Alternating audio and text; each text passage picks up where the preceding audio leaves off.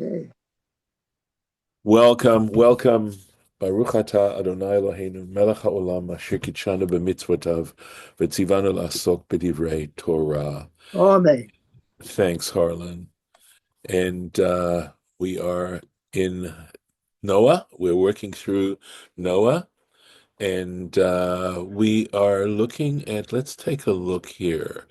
So we had been reading, we were in the middle of reading one of these Torah Temimahs, the one which basically says that God gave, the question was, it mentions that 7 days passed after Noah and the animals were in the ark. And the question that our sages are asking is, what's the nature of those 7 days? What's the significance of those 7 days? And there were several answers given. And the answer we were looking at was the idea that God gave them a taste, that is the humanity, right? Because the flood had not started yet, so there was still humanity all around, etc.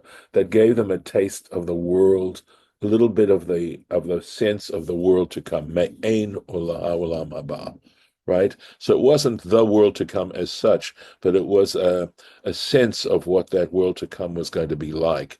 And what was the purpose of that? That they should know that their behavior, their wickedness was going to prevent them from experiencing this, that they would never experience such joy. So that they were given that joy for 7 days, that tremendous amount of satisfaction, etc., and to realize that their foolish and wicked behavior and their violence, etc., had led them to lose that opportunity. So that's why the 7 days. And we went into the Torah Temimah quite a bit, the significance of why Dafka 7 days, and the idea there was that 7 days, it takes 7 days to be completely satisfied. And he mentioned, of course, the 7 days of feasting following a wedding. There's a tradition of 7 days of feasting, etc., etc. So he went into those particular ideas too. So, all right. Let's take a look here. We are in the middle of it, right? All right. So Veyesh laha'ir, and we need to clarify b'ma shekatuv b'Baba Batra Yud Zayin, from a statement that's made in the tractate Baba Batra on page 17a. Shlosha hit iman hakodesh baruch hu me'ein olam haba. There were three people whom God gave a taste of the world to come. Avraham, Yitzchak, Yaakov, Abraham, Isaac, and Jacob. V'harei hacha, but look, we now seem to have a contradiction. Here, b'drasha shelefanenu, in this particular interpretation we've just read, mevu'ar, it's quite clear, shegam la'anshei dor hamabu, hit iman hakadosh baruch hu me'ein olam haba, that God gave all that generation of the flood a taste, a little foretaste of the world to come. Not just Abraham, Isaac, and Jacob. And of course, the Baba Batra statement states that it was Abraham, Isaac, and Jacob, and just those three people. And so we seem to have a contradiction. V'tzarich lomar. So we need to say, de'af al pi halshonot shavin, that despite the fact that the expressions are similar, that is, with regards to Abraham, Isaac, and Jacob, it says a taste of the world to come, and with regard to the generation of the flood, it says a taste of the world to come. Aval ha'inyanim ein shavim. But the truth is that the issues going on here are not parallel. They're not parallel. They're different circumstances. De la avot, because to our patriarchs, right? Hit iman hakadosh baruch Hu, the Holy One, blessed be He, gave them a taste, kazeh, this kind of taste, kedei sheyedu ma sheyizku, so that they would know what they were in fact going to inherit. They could look forward to it. So God was giving them truly a foretaste of what they were going to experience ultimately. V'imkein, and if this is the case, mimela haita hana'atam b'olam hazeh me'ein tanug olam haba. So we could say that their benefit in this particular world was, in fact, a little taste of that pleasure that they would have in the world to come. But this wasn't the case, Anshe Dor Hamabu, with regards to the generation of the flood. Eina kavana shehar atam heram, excuse me, HaKadosh Baruch remez le'oneg olam haba. God wasn't giving them a little allusion to the pleasure that they would have in the next world.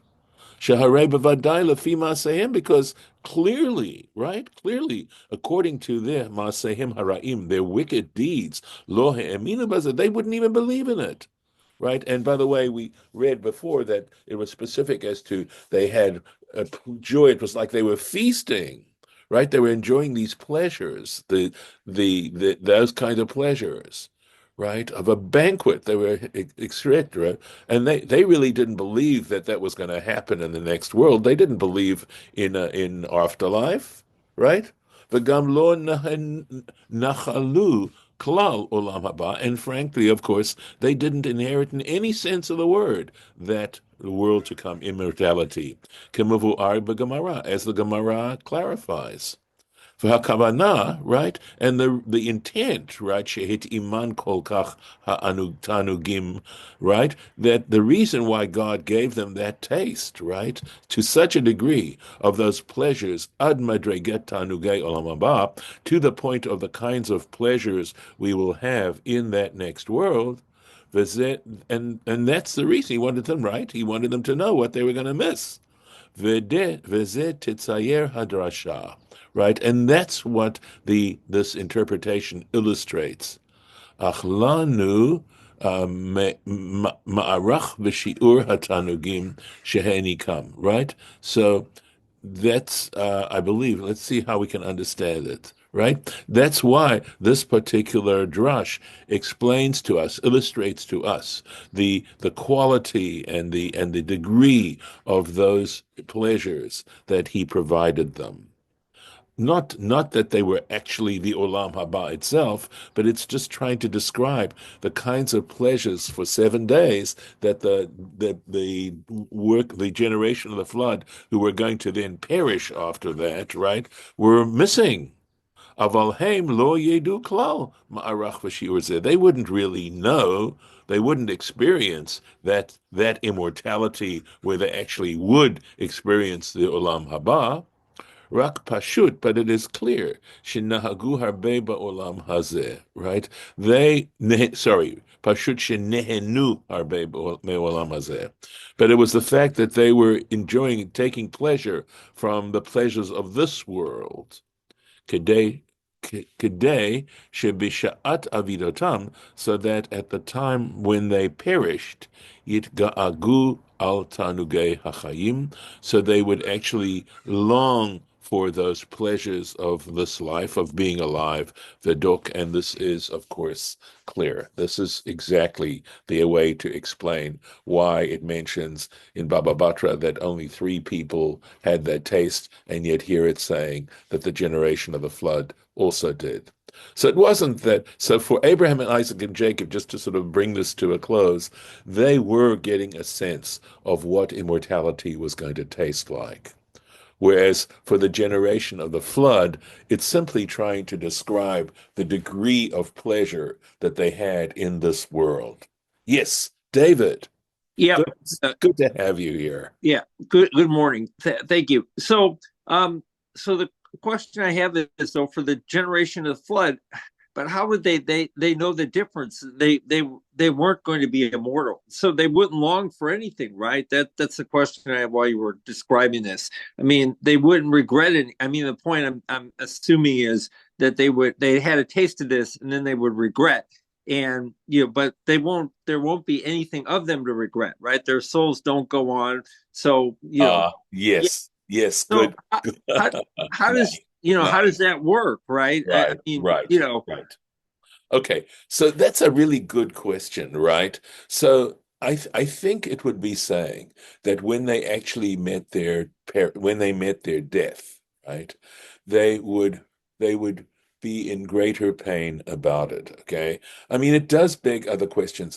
I had explained in another place that when you're enjoying life, when you are actually in a place where you're wealthy, you can afford whatever you like, you can engage in pleasure to the maximum, and when that's all taken away from you, it is devastating. The contrast becomes even more painful. And I mentioned that I actually knew of such a situation personally in South Africa, where I saw a family that was wealthy, had a beautiful home, beautiful yard, and everything, just had all the benefits.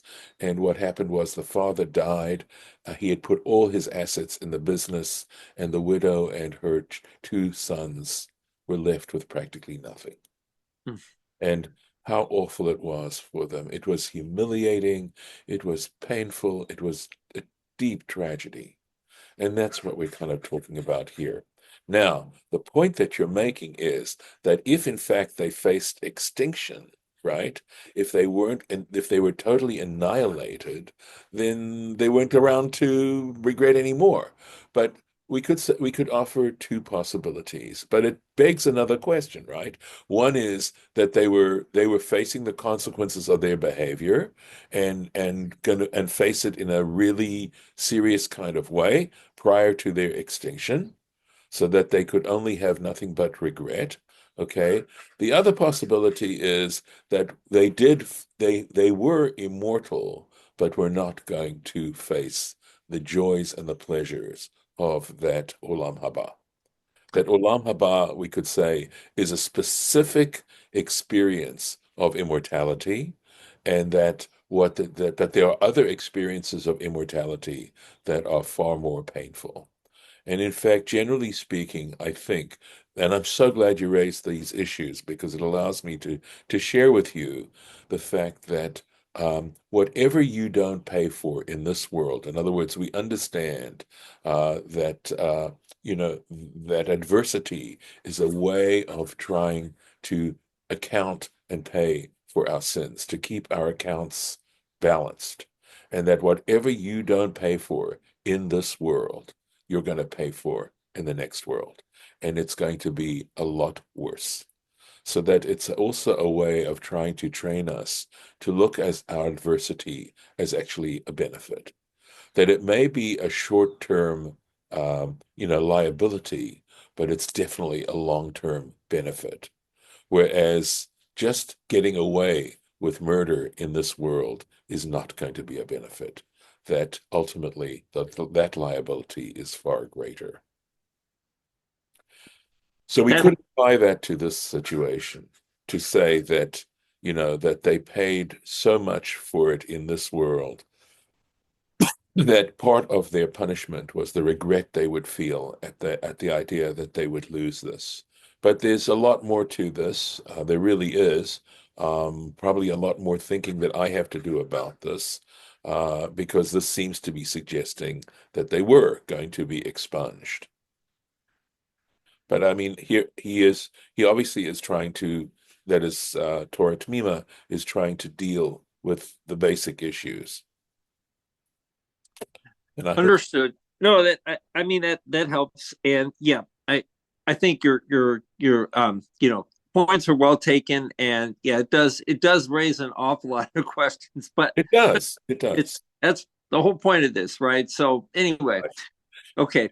And I think it's actually very relevant because so many people don't believe that there's anything more to life than this, than what you and I and Harlan are experiencing right now. And I am at this point absolutely convinced, and I've mentioned this before, it could be a function of my age, okay? Because as I see the certainty of my mortality drawing closer and closer, that I want to believe it. So one can always psychologize these things, but the truth is, yes, it's an unknown, but I would say that I'm a convinced of the fact that the Bible and the Torah wants to say no, that there's definitely more to existence than what we see here in this amazing universe in which we are conscious and aware of.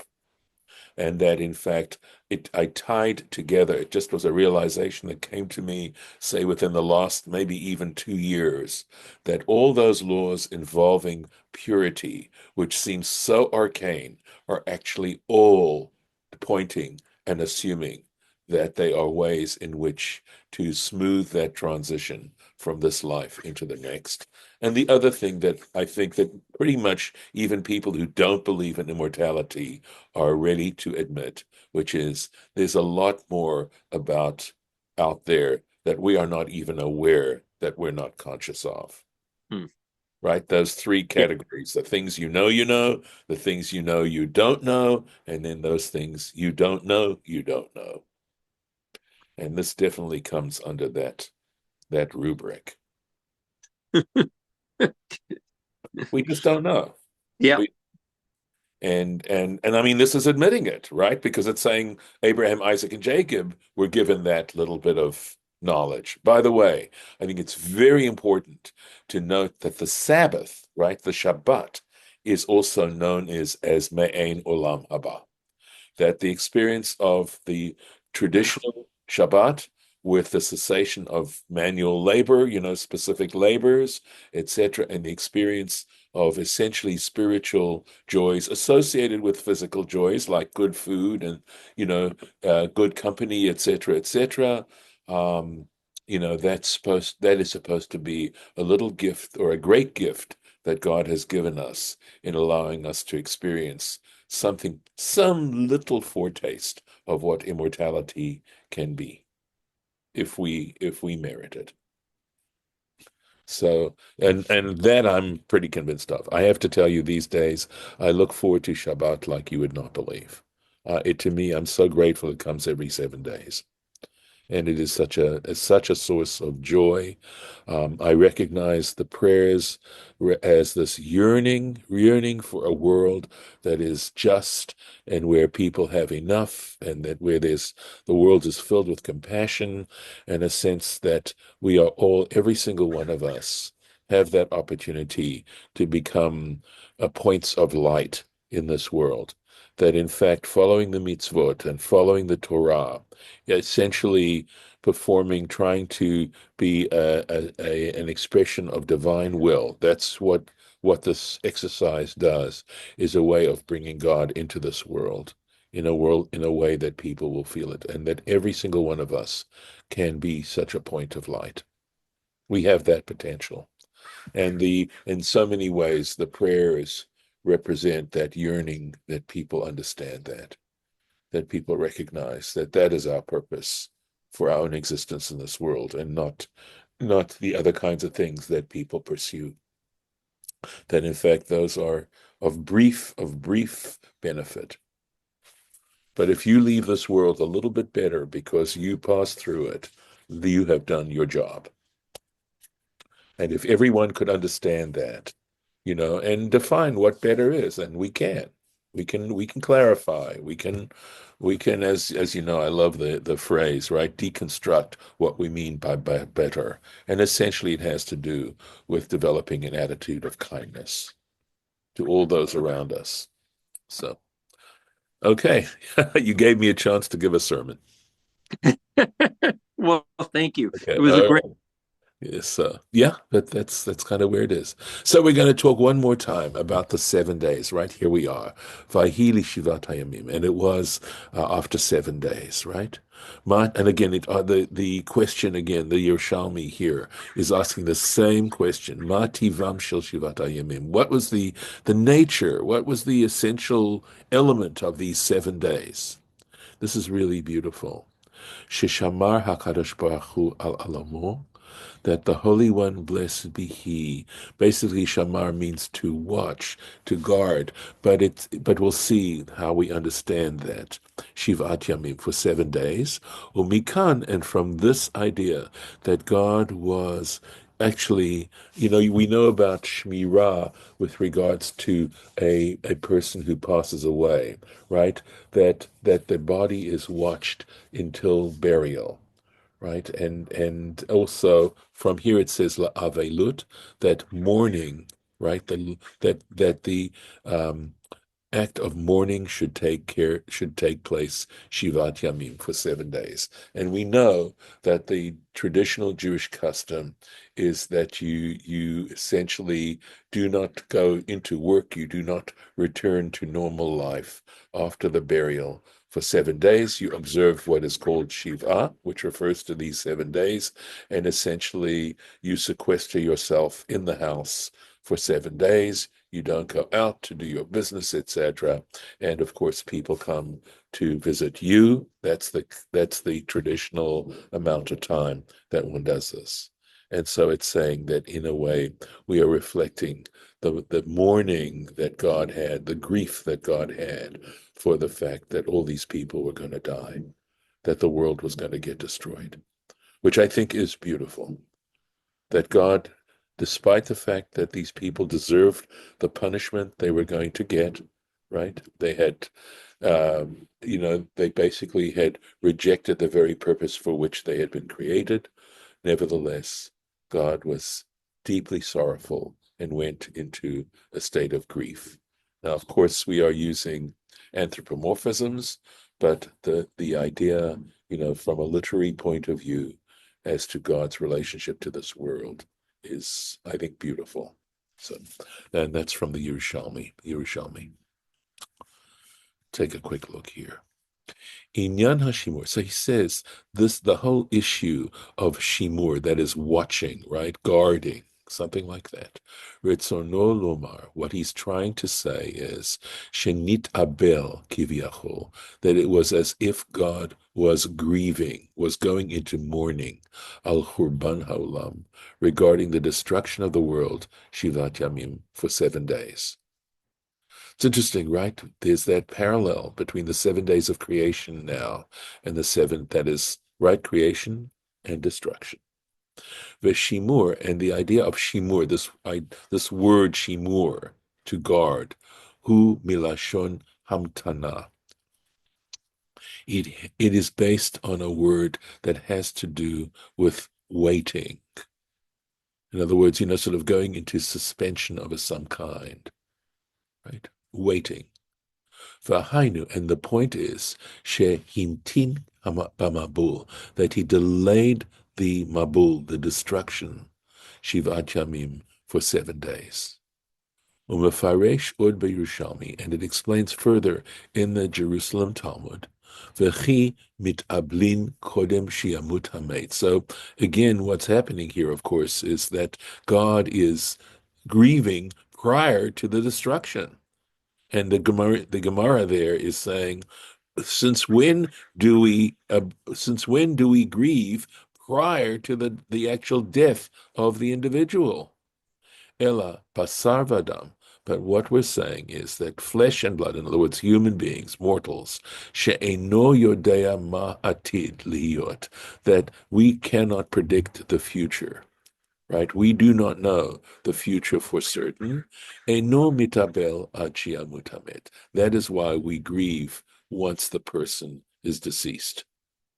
Aval HaKadosh Baruch Hu, but the Holy One, blessed be He, shehu yodea ma atid liyot, He does know what the future is going to bring.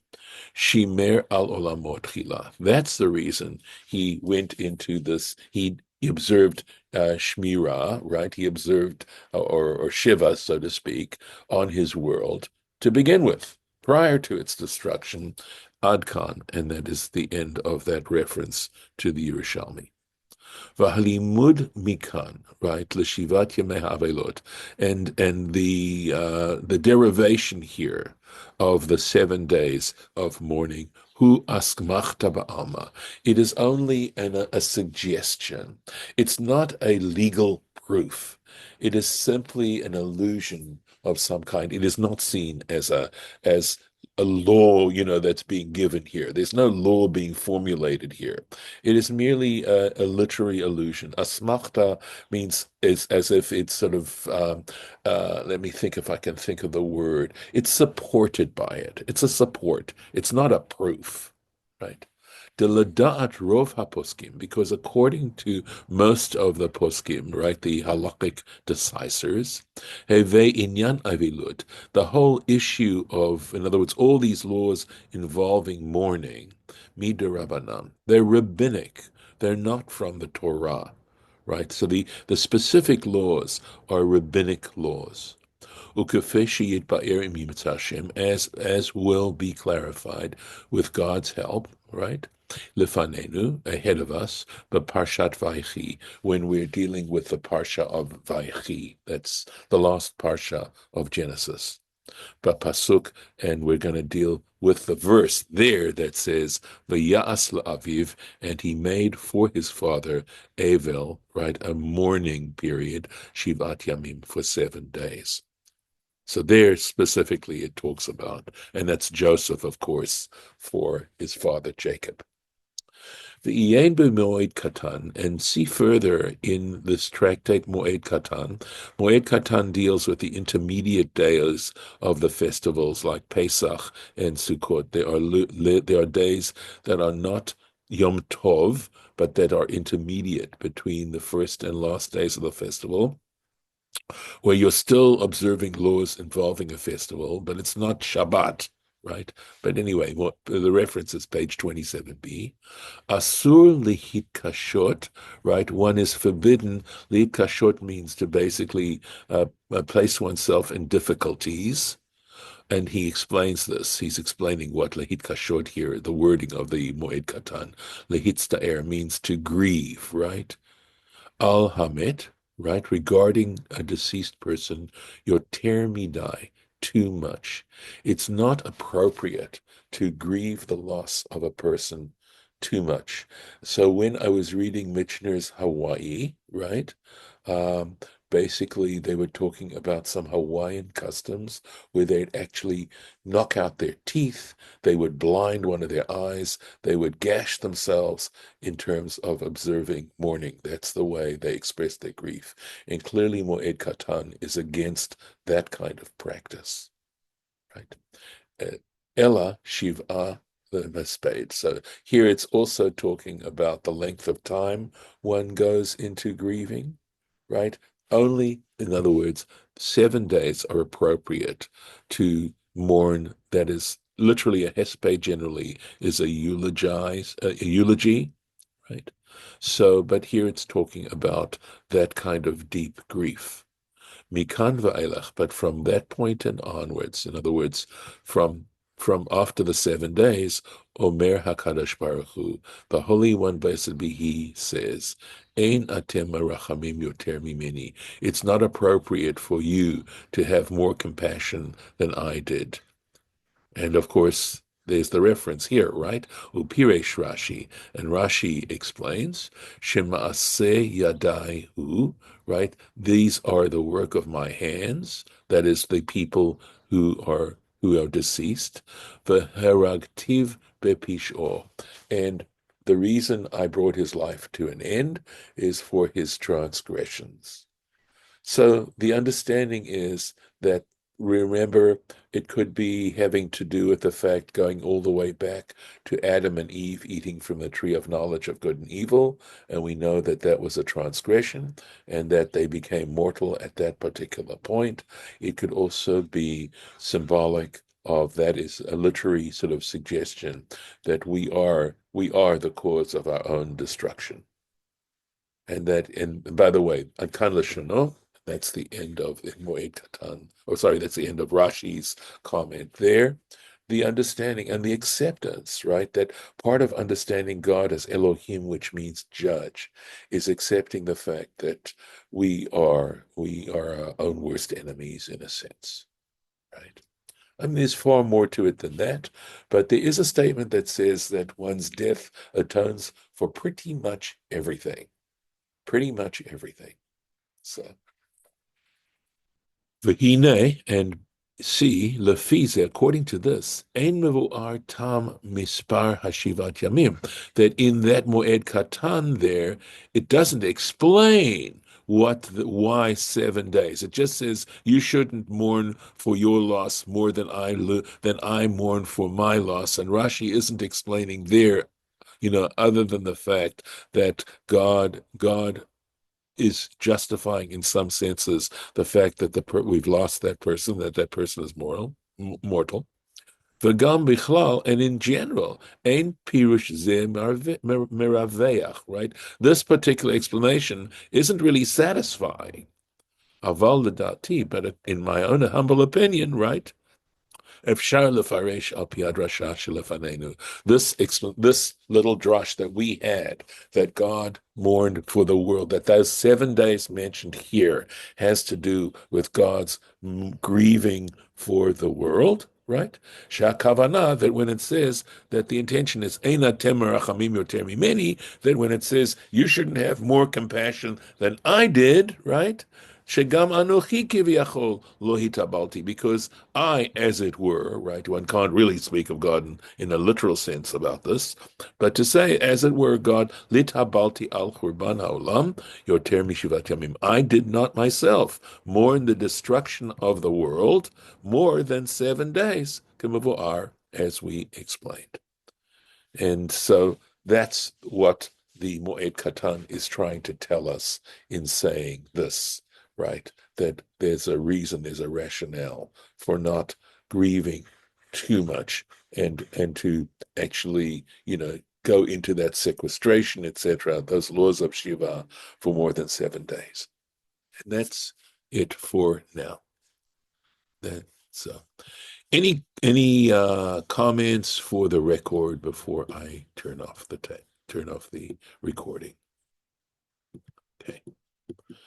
And we'll continue here the next time we go back into this. Rabbi, yes. The 10 generations before the flood, yes. God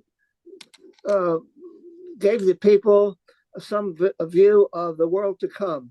Yes. And they didn't want to see this world to come. It was probably a beautiful world, but they just didn't want to do the things that should have been done. Now, these people on the 10 generations, were they mortal or immortal? So they would all be mortal at this point because they were all the offspring of Adam and Eve who were mortal. Okay. Now, if you say immortal in the sense that they were going to live beyond this particular life in which we live, the physical world, okay, it's a good question. I would say that the people mentioned, possibly there may have been some tzaddikim there. It's possible. Okay.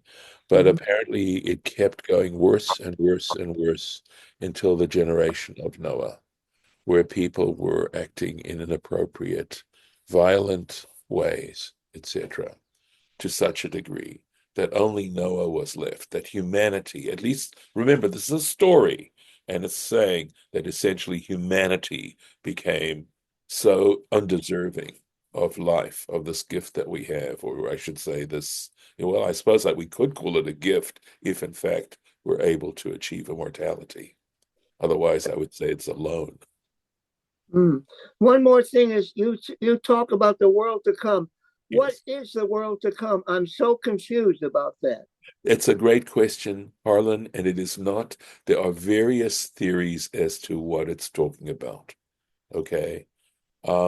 Here, I believe we are talking about immortality, right? That is it's sometimes described as the world of souls. In other words, a non-physical existence.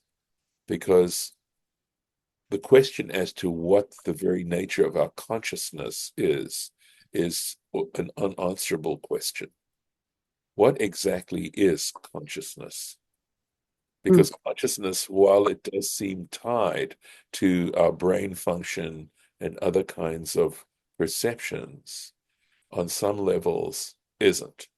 So, for example, when we're dreaming, okay, that's a purely non-physical, right? It may be, again, we see it as generated, by neurons or whatever, however you want to describe brain activity. But it's not so clear. The very nature of consciousness would appear to be a question we cannot really fathom. So this could be the idea of being conscious beyond this physical existence of ours. You know, Rabbi, in the Sorry. This is the 21st century. We had I was born in the 20th century, and Yes. okay. Like I'm so confused. In our ancestors, we had prophets. Why don't we have prophets on the 20th and the 21st century and the 22nd? Why doesn't God give us a prophet? All right. So that's, of course, a whole different question. We're really out of time now. Oh, okay. So maybe we can, if you could hold this for our next session, Okay. I'm happy to talk about it. Okay. I will tell you that basically it says that prophecy ceased after the last prophets, Haggai, Zechariah, and Malachi.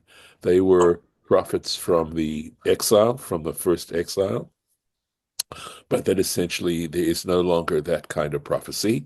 But I will also answer as to why. Why do we not need it? And what is the nature of prophecy in that regard? So I'm going to stop the recording with this.